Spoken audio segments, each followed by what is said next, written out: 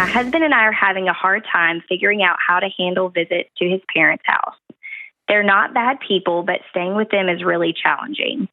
At Easter, for example, our room was 80 degrees, the house isn't very clean, and there's a lot of emotional tension during conversations. It just doesn't feel like an optimal environment, especially now that we have a 2-year-old daughter. On top of that, they continue to push for alone time with our daughter, even though we've clearly communicated that we're not comfortable with that right now. We've set the boundary, but they keep circling back to it. My husband is one of 10 kids, and my in-laws have 23 grandchildren. My husband and I do not want to be labeled difficult like some of his other siblings, but we're both getting tired and anxious every time a visit comes up. How do we navigate this in a way that protects our daughter, respects our boundaries, and doesn't completely blow up family relationships? It's a great question. I think you have given yourself 3 variables that don't work together. Okay. And so read your last sentence back to me. How do we navigate this in a way that protects our daughter? Okay, stop. Number 1. Boundary? Okay, so we got protect daughter, which is number 1 most important, right? Right. All right, what's number 2?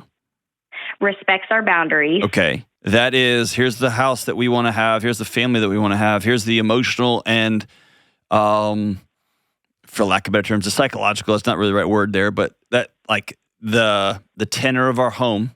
Okay. And what's the third one?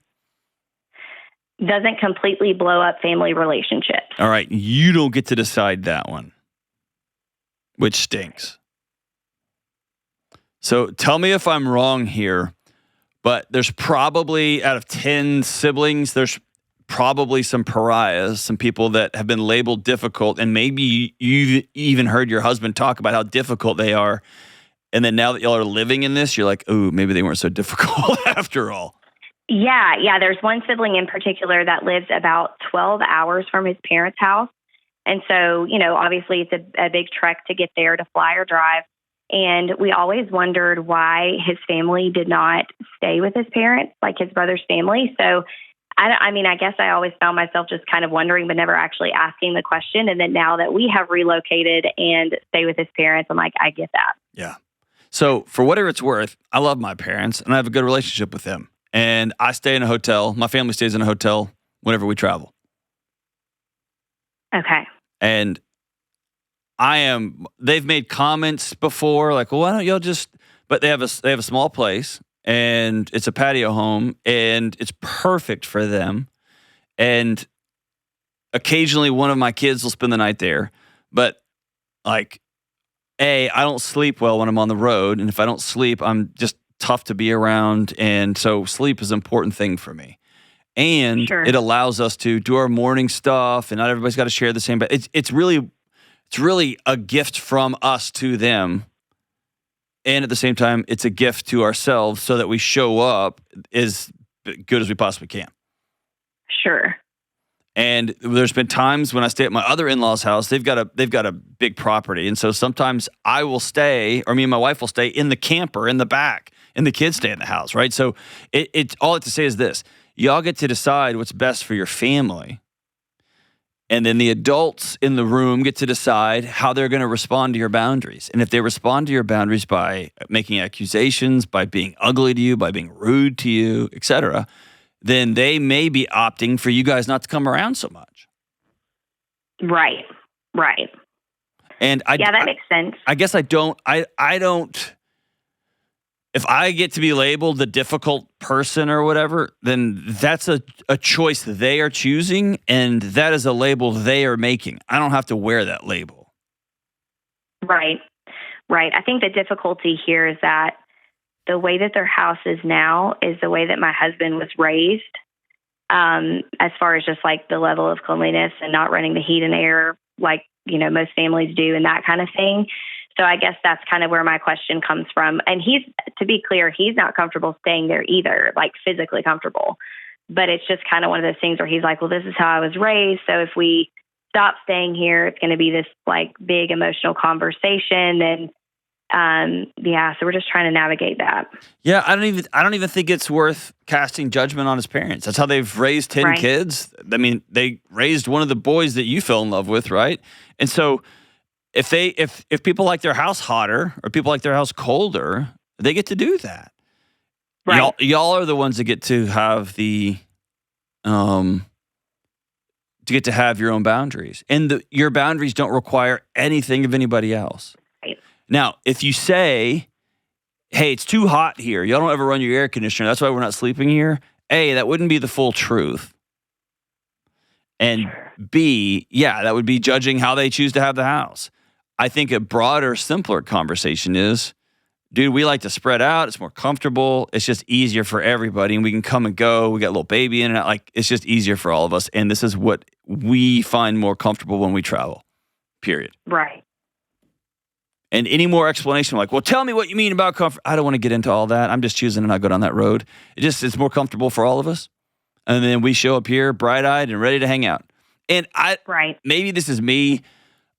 Take this or leave, take it or leave it.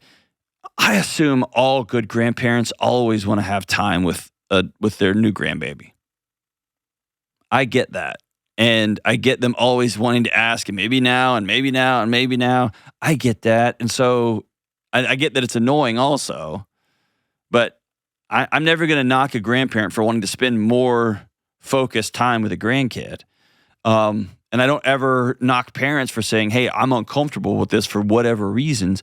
Let me ask you, is there safety reasons or is there abuse reasons? Like, why don't you want your grandparents, your in-laws, to be around your kid? There's not any abuse concerns or anything like that. My husband is towards the end of the 10 kids, so his parents are older and not in great health. Okay. So, for instance, like they wouldn't be able to, carry her anywhere, okay. That kind of thing. Yeah. Like just physically like picking up. So we didn't let them watch her independently when she was an infant because they couldn't get up and down off the floor, like that kind of thing. But my mother-in-law I've told my husband I'm okay with her offering to watch our daughter. It's when she pushes past and I'm like, oh no, like, thank you for offering, no, thank you. When we keep pushing, that's kind of the problem for me. Sure. She did sit us down and have a long conversation about a lot of things. And we have a long history with his parents, but if you have questions about it, I can answer. But she said, we can't spend quality time with her if you're around. And kind of our way of working it out is when we're at their house or when they're at our house, if our daughter's like reading books with them or playing a game with them or doing puzzles, like we stay out of it. Like I'm not interrupting and inserting myself. I'm like cooking or but hold on. I just whatever. Fundamentally reject her premise entirely. Yeah. Because my parents don't say that. Like they spend quality time with her, with us there. If she said, hey, y'all need to go on a date, y'all get out of here so you can go on a date and I want to spend some time with this baby. That's good. But that immediately when somebody says something like that, it makes me wonder what else is happening. Exactly. So yeah, like y'all aren't crazy. But I will say this is your husband's conversation to have with his parents. Yes. And he's had a lot of really tough conversations with them over the past year. Okay. About a lot of really deep things. So I've been really proud of him for navigating that on our behalf. Amazing. Yep. My new coined phrase is, you're welcome to offer to step in. Just don't ask me to step aside. Like you can offer to do something for our child. But if I say no, like that's where the conversation needs to end. That's right. And then you are going to have to not just quote, like hope isn't action. It's a step we take. A wish is, I just want this all to be different. Right. And so when you get that request and you say, oh, no, thank you. I appreciate the offer, though. No, you need to leave that kid and you need to go, all right, I'm going to go ahead and head out. Because hope is in action. Hope is taking the next right step. It's not just wringing your hands, like wishing that this situation is going to change itself somehow. I think I've probably been doing more of the wishing. I know. Than taking action. There you go. And taking action always comes at a cost. Always. Right. And so I think it's just wrapping your head around, hey, we're not trapped in this and this and this. We're going to have to risk being labeled troublesome, annoying, blah, blah, blah, for the care of our kid. And I don't hear anything in you being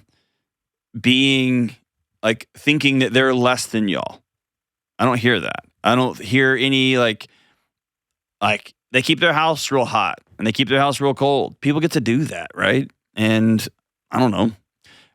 I keep my house real cold, but then I go get in a sauna, and I keep my house real warm in the winter, and then I go get in a cold plunge. And so, I mean, when they dig up my ashes years from now, when anthropologists dig us all up, they're like, that didn't make any sense, right? But so it is what it is. And cleanliness standards, all that, y'all just get to opt to stay at a different place. That's all good. I'm not going to judge it. It's just, that's for me and my house. We're going to stay here. The next layer is, man, people are going to make stories up about you for the rest of your life. They're going to judge this parenting or that parenting. I can't believe you don't give your kid a phone. I can't believe you don't give your kid like a little AI friend to carry around with them. Like whatever the thing that's coming down the road, that's just going to be the rest of your life. And so getting some firm boundaries within yourself and within your marriage. And kudos, your husband, dude, shout out as a hero, him having some hard conversations. That's amazing. I'm proud of him. I'm really proud of him for that.